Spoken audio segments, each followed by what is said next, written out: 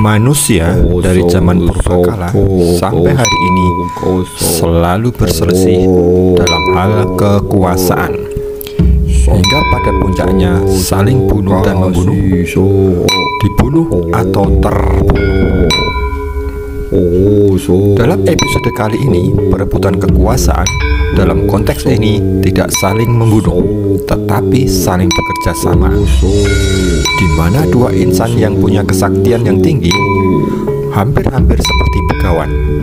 Mereka saling menjaga, saling bekerja sama, saling paham dengan tugas masing-masing,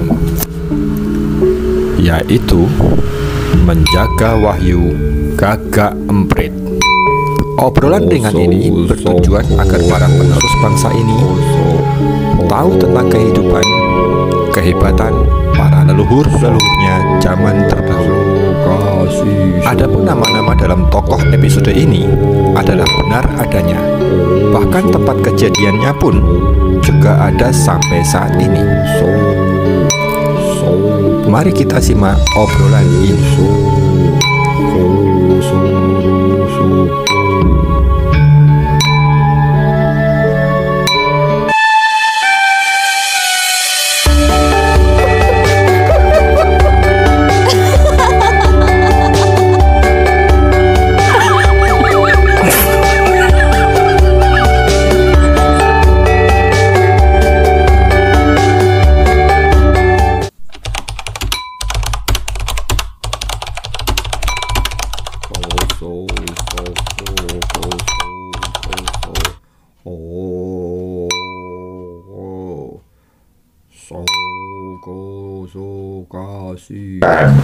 Nah, pada akhirnya tanah itu diberikan ke Pemanahan. Pada saat Pemanahan ngomong ke Hadiwijaya, Gusti, saya tetap di bawah Pajang, gitu loh. Berarti Sagani ya, sampai kapanpun saya akan berada di bawah Pajang. Begitu dia bilang itu, namanya juga orang dipegang mulutnya, gitu. Oke, dikasih. Akhirnya mereka berbondong-bondong ke sana. Yang tadinya mungkin dia sudah ke sana ya, sudah mulai ke dulan-dulan lah, anak kota gede gitu kan. Piknik kota gede. Orang-orang udah mulai sana Natal, tapi belum berupa kerajaan ya. Dia hanya sebuah desa. Ukurannya desa lah, kampung desa gitu, belum sebuah kerajaan pada saat itu. Nah, pada saat itu ada tokoh lagi nih, satu.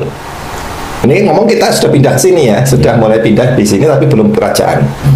Ada tokoh lagi, yang satu yang pernah saya ngomong tadi, namanya Ki Ageng Giring. Lokasinya di Sodo Gunung Kidul. Pencapaiannya saya lupa, saya pernah ke sana. Nah, dia adalah adik perguruan daripada, bukan adik perguruan, satu perguruan dengan Pemanahan, di mana satu perguruan dua gurunya adalah Sunan Kalijogo. Nah, oke. Terus, nah, kemudian ini namanya rombongan. Bukan.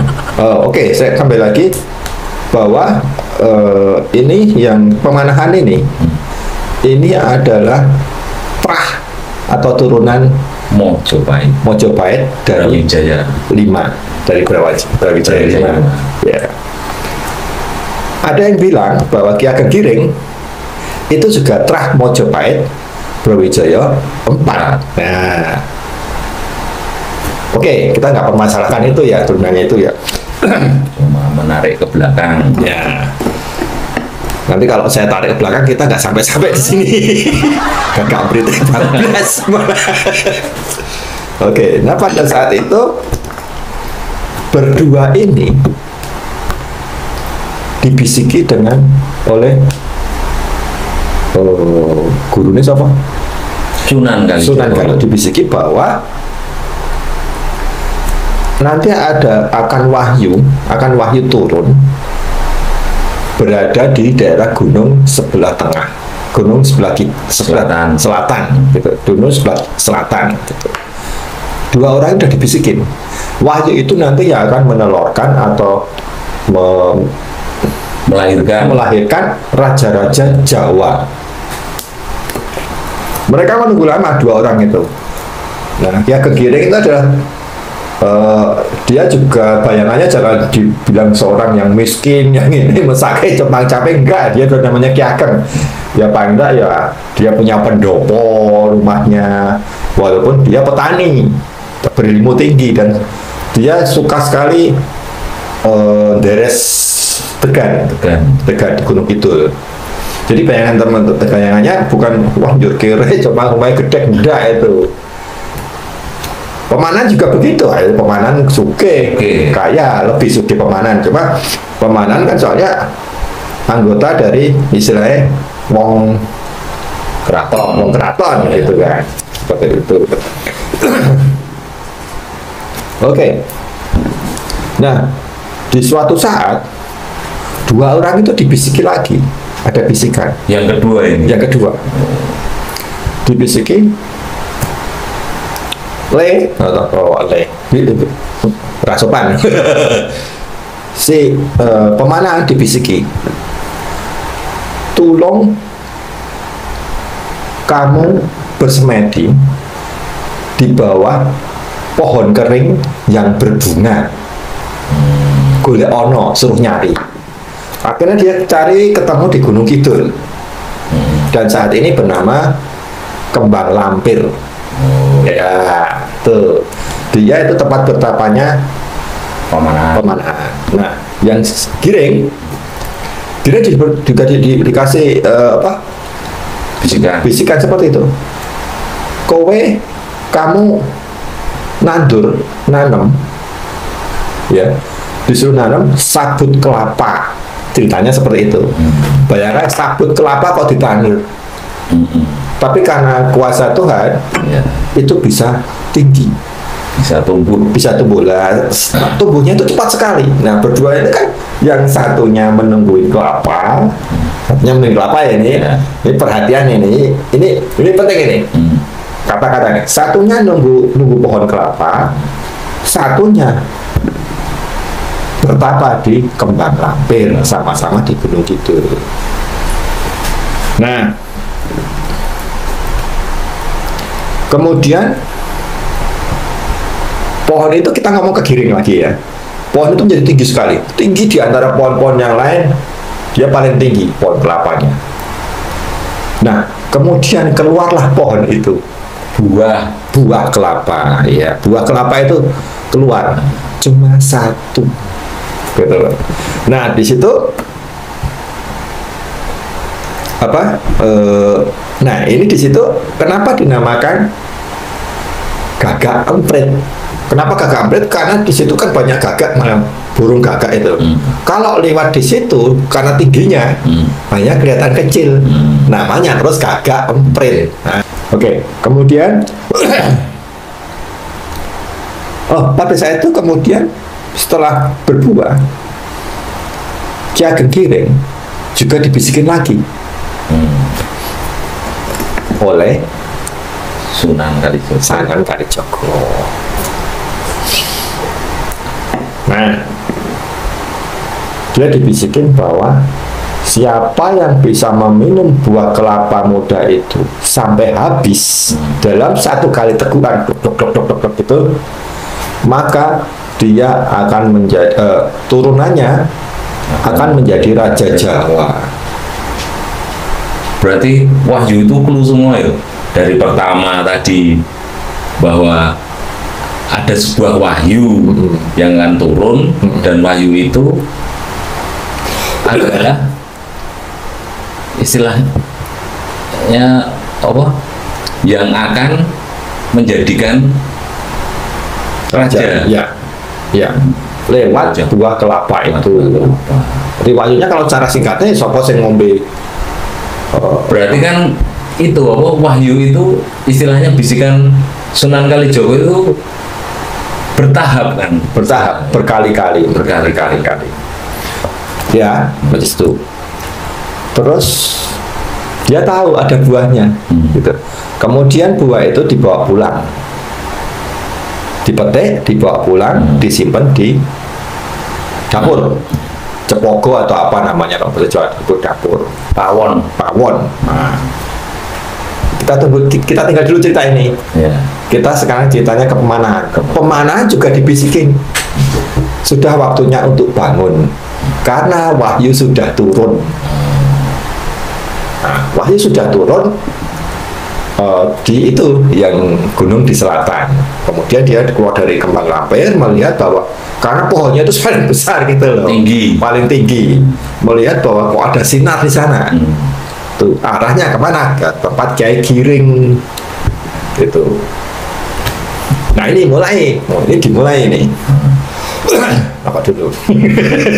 Oke, mau ngerokok semet-semet. Nah dimulai. Nah akhirnya Ki Ageng Pemanahan datanglah ke Ki Ageng Giring, Ke rumahnya. Ki Ageng Giring. Pada saat itu Ki Ageng Giring sedang tidak berada di rumah. Dia sedang pergi di sawah dengan harapan kalau dia haus, Dia kan bisa meminum sekali Sekali. langsung habis, gitu loh. Capek dulu gitu. Nah ini dia datang ke sini. Ini ada pertanyaan lagi karena di rumah itu ada orang enggak gitu. Pertanyaan itu. harusnya ada. Oke, harusnya ada.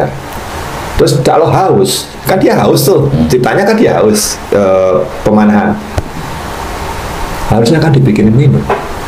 Loh, tapi kan waktu Ki Ageng Pemanahan itu bertapa dan dibisikin oleh Sunan Kalijogo itu, apakah juga bisiannya itu sama dengan Ki Ageng Giring? Sama.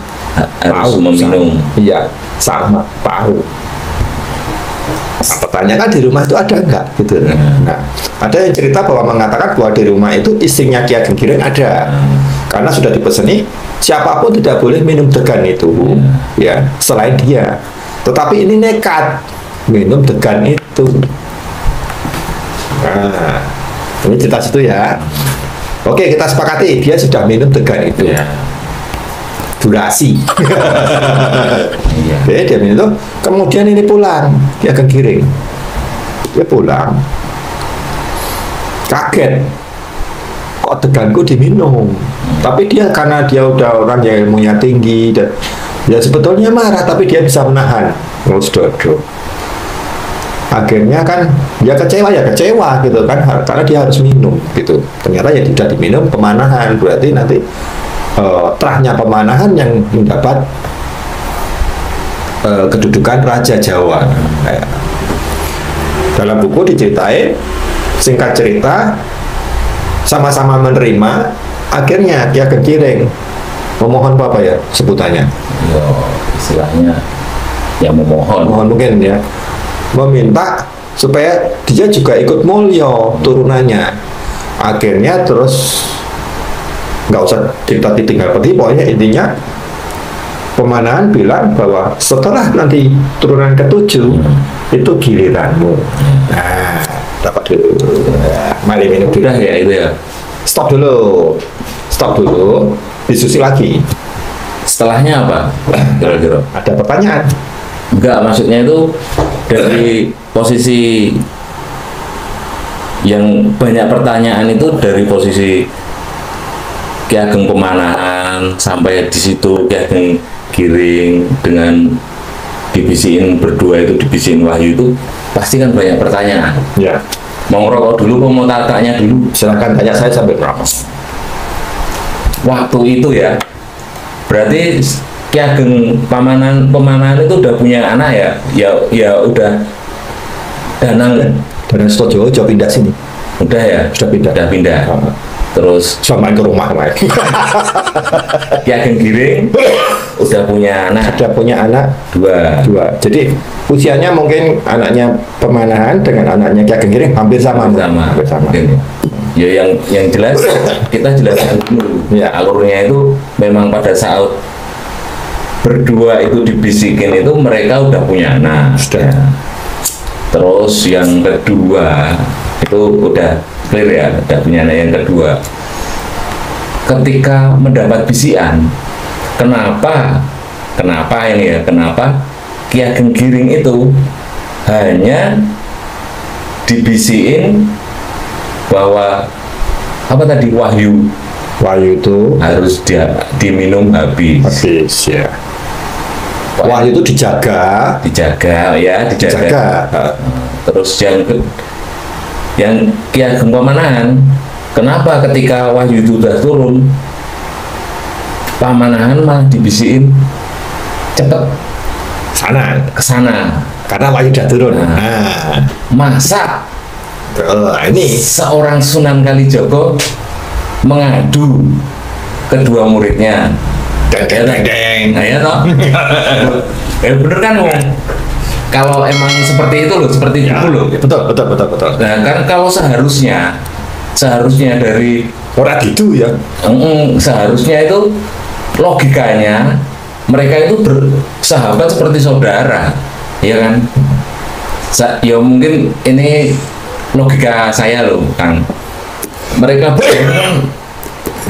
satu perguruan, berteman, malah melebihi saudara gitu loh. Ya masih saudara, satu terah itu macam terah. Terus apakah mungkin ketika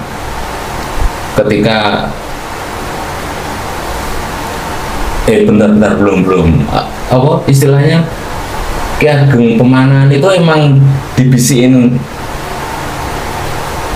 Sunan Kalijaga untuk meminum dan bukan meminum, untuk mengambil itu udah turun gitu.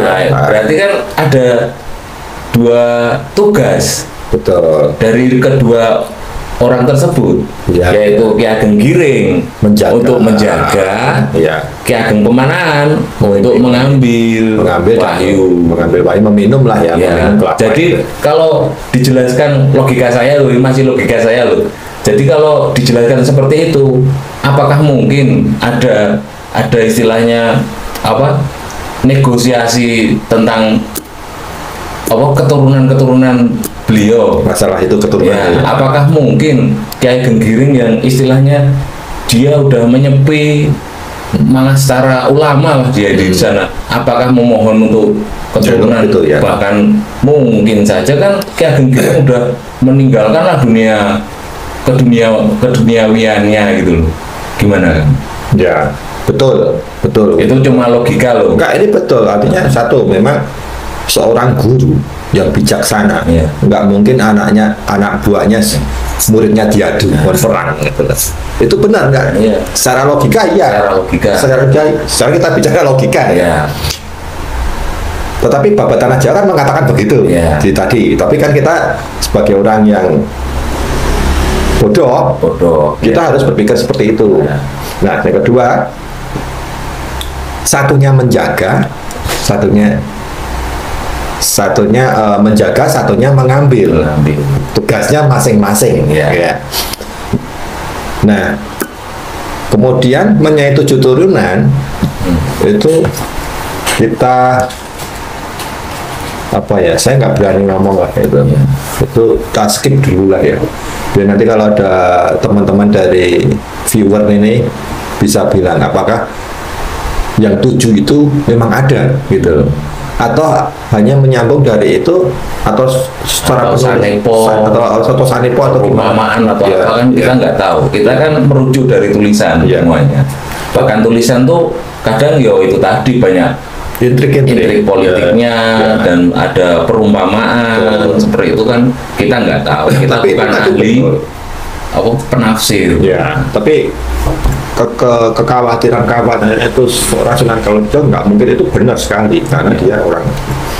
Nah, tapi yang perlu kita bahas lagi sebelum bicara 7 turunan, ada satu hal yang aneh. Kalau saat itu kita minum air, turunanmu akan menjadi raja. Berarti turunannya yang mana? Kan minum air toh. Berarti kan otomatis biologisnya dia yang harus iya toh. Padahal sudah tidak punya anak, sudah tidak ada lagi. Nah, iya. Logika wae. harganya. Kalau dia minum berarti kan otomatis bukan saya sejana anjur terus jadi roja aku minum. Harusnya kalau seperti itu yang minum dari Stowijoyo Iya. bukan pemanahan. Tapi yang minum adalah pemanahan secara logika seperti itu. Iya. Nah, kita kembali lagi. Kalau saya berpikir bahwa ini adalah saya pernah baca juga sekilas yang itu adalah Saneko, bahwa yang dimaksud dengan buah kelapa Degan. adegan itu adalah seorang wanita yang akan menelurkan kandungannya, yang akan menelurkan ratu-ratu Jawa, raja Jawa. Ya, ini nyun sewu nanti yang ada terakhir ini kita minta maaf ya teman-teman kalau diskusi ini kurang benar gitu kan. Tapi pemikiran saya seperti itu, bahwa yang dianu itu pemanahan. Ya. Rasanya kok yo ora sopan ya aku ya. Di skip. Pokoknya itu Tahu ya, pemirsa tahu. Ya. Yang menjaga giring, yang pemanahan. Ya. Dari namanya aja kalau kita udah tahu mana. Nah, satunya giring, monggo. Nah kalau sudah monggo gitu, dia nggak mungkin dong minta. Ya. Logikanya seperti itu. Tapi bisa juga aku jaga ke masa udah mau Itu bisa, tapi kan setara selevel ulama gitu, masa yo dia seperti itu kan. Ya itu tadi yo kotak gaduh aja, logika kita aja, yang logika bodoh kita itu untuk mengkotak gaduhkan sebuah istilahnya cerita sejarah gitu. Ya, itu kan oke. Kalau kita sepakati bahwa buah itu adalah perempuan dan dibuai, katakanlah dibuai, kita langsung vulgar aja ya, dibuai Pandemen Sepati, Nyun Sewu nih ya, dibuai Pandemen, anaknya yang mana? Nah, itu masih dalam soalnya Genetik. enggak, maksudnya itu akan menjadi, dijelaskan enggak itu akan menjadi Sultan Agung itu. Sultan yang agung. Sebenarnya Kalau raja. itu di Bebaturan Jawi nggak ada. Tapi ini dari teman-teman dari pencinta budaya, pencinta sejarah, dia juga bisa melihat dari supranatural dari ini. Itu katanya Sultan Agung. Apakah benar dan tidak, kita kurang tahu. Tapi kita tarik mundur lagi, sukanya kan tarik tambang. Ya. Kalau memang benar umpamanya dari ceritanya jenengan itu istilahnya dari berbagai teman ada emang Sultan Agung. Nah kalau memang Sultan Agung itu putranya siapa? Gitu. Kalau kita tarik mundur dari Gagak Emprit tadi adalah keturunannya akan menjadi raja yang besar, sultan yang agung. Nah, dia akan melahirkan seorang calon raja. Ya, calon raja. Nah, calon rajanya itu siapa? Kalau memang Sultan Agung adalah rajanya, kita sepakati itu ya, misalnya. Sultan Agung adalah rajanya. Lah Sultan Agung itu keturunan siapa? Siapa gitu. Ada yang mengatakan bahwa bayi itu, bayi itu namanya Mas Rangsang kalau nggak salah. Mas Rangsang ya kalau nggak salah. Sultan Agung kan nama kecilnya. Itu dititipkan pada Mataram, dititipkan jadi dia Mas Jolang, anaknya Mas Jolang atau cucunya Panembahan Senopati. Nah, jadi anaknya. Dari ceritanya itu menjadi anaknya Mas Jolang. Ya toh? Ya. Bener nggak? Ya, tapi bukan dari Babat loh ini. Di Babat nggak ada. Oh, Babat nggak ada. Nggak ada. Ini dari tadi yang itu pecinta budaya itu seperti itu. Apakah itu benar? Kurang tahu. Tapi kalau Makanya kan tadi saya ada pertanyaan, kalau memang itu benar minum, ya mestinya itu anak, gitu loh. Mestinya punya keturunan lagi. Padahal dia kan selain Danang dan satunya lagi siapa? Dan punya 2 anak. 1. Oh ya, Danang. Satu. Danang Stowijoyo. Yang tertulis hanya 1. Nah itu, makanya kan ini jadi pertanyaan gitu. Di buku, kalau cuma sekedar minum, orang no gitu loh. Apa yang dianggap terus, atau mungkin juga habis minum, kalau itu bukan seorang wanita ya, dia minum terus Panembahan Senopati jadi rojo, ora hubungannya. Enggak ada hubungannya dengan raja, ya kan? Nah itu tepat. Gitu. Panembahan Senopati itu pamenaan. Iya mana? Itu oke ya. Nah ini tentang, makanya di depan ada cerita, ada judul mengenai perebutan tahta gitu. Nah kalau tadi dibilang rebutan, ada yang menyangka juga itu tidak rebutan karena tentang posisinya Ki Ageng Giring itu ada orang yang agung gitu lah. Ya emang tugasnya masing-masing. Tapi di narasi di depan kan kita tertulis tuh perebutan gitu kan, perebutan gitu. Tapi di luar sana juga akan ceritanya perebutan gitu. Nah, ada yang menyatakan bahwa YouTuber itu ada yang bilang perebutan Wahyu Kakak Brin. Nah, seperti itu. Nah, ini ada pertanyaan di situ. Sebenarnya masih ada pertanyaan lagi. Apa itu? Oh no, saya perlu dibahas dan the next harus diomongin ini. Aku, Jatahmu. Nah, itu udah selesai ya berarti ini tadi ya. Sebenarnya banyak pertanyaan tapi ya emang kita nggak bisa jawab. Nggak bisa jawab. Secara godak-gadok kita itu ya wis mentok. Kalau mau jawab secara selesai ya udah percaya Babat Tanah Jawi itu iya, selesai. Dengan cara seperti nggak usah diapa-apain selesai. Ya, kita itu di sini cuma untuk istilahnya dari sejarah itu kita otak-atik. Ya, apakah benar gitu? Jangan otak-atik. Ya.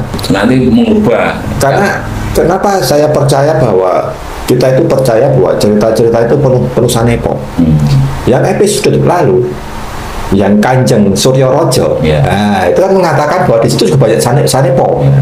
Seperti itu HB2 berarti sudah ini loh, sudah ke depan lagi jauh loh, sudah berapa generasi lagi itu masih pakai itu kok. Dia bilang bahwa Merang Gelungan, nah itu bidadari. Ya. Nah, kemudian mundur lagi Klopo Seger bidadari. Dan satu pertanyaan, mungkin sebelum selesai, mungkin ke episode selanjutnya ya. Saya juga nggak tahu. Kan itu ditulis tahun berapa ya? Ketika Gegamret, Nah itu saya nggak melihat itu. Nanti saya cari. Soalnya di setiap Ki Ageng Giring sama Ki Ageng Kopanan dapat bisikan, dan konon di Kota Gede itu juga ada pohon beringin yang menanam beliau. Di Kota Gede itu pohon beringin cerita itu ya. Kemudian masjid itu pun juga kalau bisikannya beliau. Di pagar. Oh, dia suruh bikin pagar. Oh ya. Itu sama Danang Stowijoyo. Iya. Berarti pada zamannya Danang Stowijoyo sudah ada, masih ada. Nah, yang jadi pertanyaan beliau itu tadi kan Sunan Kalijogo. Apakah itu emang zamannya Sunan Kalijogo? Apakah umur Sunan Kalijogo sampai segitu? Padahal Sunan Kalijogo itu zamannya Raden Patah ya. Mulai nampak. Padahal Majapahit pun sudah ada Sunan Kalijogo. Padahal itu sampai berganti-ganti generasi masih tersebutkan di tulisan itu Sunan Kalijogo. Sunan Kalijogo membisikkan Ki Ageng Giring, Sunan Kalijogo membisikkan Ki Ageng Pamanahan, dan Sunan Kalijogo pun memberi istilahnya membisikkan, memberi perintah untuk membuat pagar itu kepada Danang Stowijoyo. Apakah itu bentuk fisik, apakah itu rohnya Sunan Kalijogo, apakah di masa itu apakah Sunan Kalijogo masih hidup? Itu gimana? Jadi kalau saya berdasarkan biodata, Sunan Kalijogo itu Jogo. itu hidup ya, beliau Sugeng itu berusia sampai 62-65 tahun. Di zaman kerajaan Majapahit, nama Sunan Kalijogo juga sudah ada, tapi sudah di Kara Brawijaya V sudah kalah gitu loh, sudah kalah perang oleh Raden Patah, anaknya sendiri gitu. Nah, sebenarnya kita bisa berhitung mundur gitu, kemudian setelah itu di zamannya kerajaan Raden Patah tadi sudah ada, terus kesini Iya, sampai ke Panembahan Senopati. Nah, kalau di itu ya itu kayak supranatural gitu mungkin. Soalnya ketika Sunan Kalijogo menjadi apa ya? Joko siapa? Sunan Kalijogo ini namanya siapa tuh? Waktu dia menjadi perampok itu. Apa ya? Joko siapa ya, lupa ya. Sunan Kalijogo itu waktu diangkat menjadi Sunan Kalijogo kan mungkin kan umurnya udah 25 tahun kan, berarti kan dari situ kan sisanya mungkin 25, sisanya 30 tahunan lah. Apakah mungkin selama 30 tahun itu beliau sampai ke Danang Sutawijaya? Kayaknya ya nggak nyampe. Ya itu masih jadi pertanyaan. Ya, karena kita harus berhitung juga, Iya. itu nggak bisa awang-awangan. Artinya karena di zaman dulu memang sudah canggih gitu loh. Ada drone. Bukan ada drone. Zaman dulu tuh makanya ini loh, saya ngomong bahwa Indonesia. Internetnya kenceng. Iya.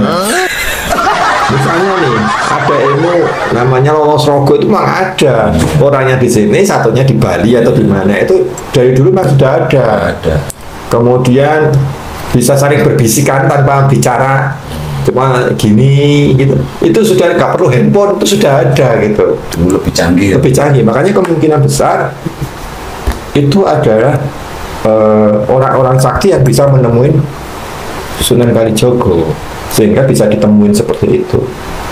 Itu bukan fiksi ya, itu memang bisa menjadi kenyataan Ya, gitu. iya, cuma kan kita kan menjadi pertanyaan sebagai logika orang bodoh ini Iya. loh. Tapi orang sekarang kan nggak percaya seperti itu. Tapi itulah yang Jawa.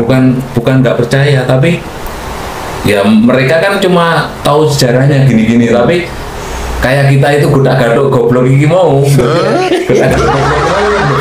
Nah di urut-urutan kan itu zamannya udah beda. Tapi di buku pun tertulis seperti itu kan. Ya itu kan jadi pertanyaan. Ya wes lah. Sekolah Itu ceritanya gitu aja. ngobrol tapi penuh pertanyaan. Penuh pertanyaan. Intinya apa ini? Intinya yo godak-gadok goblok. Oke guys, Rumah Kayu TV. Oke.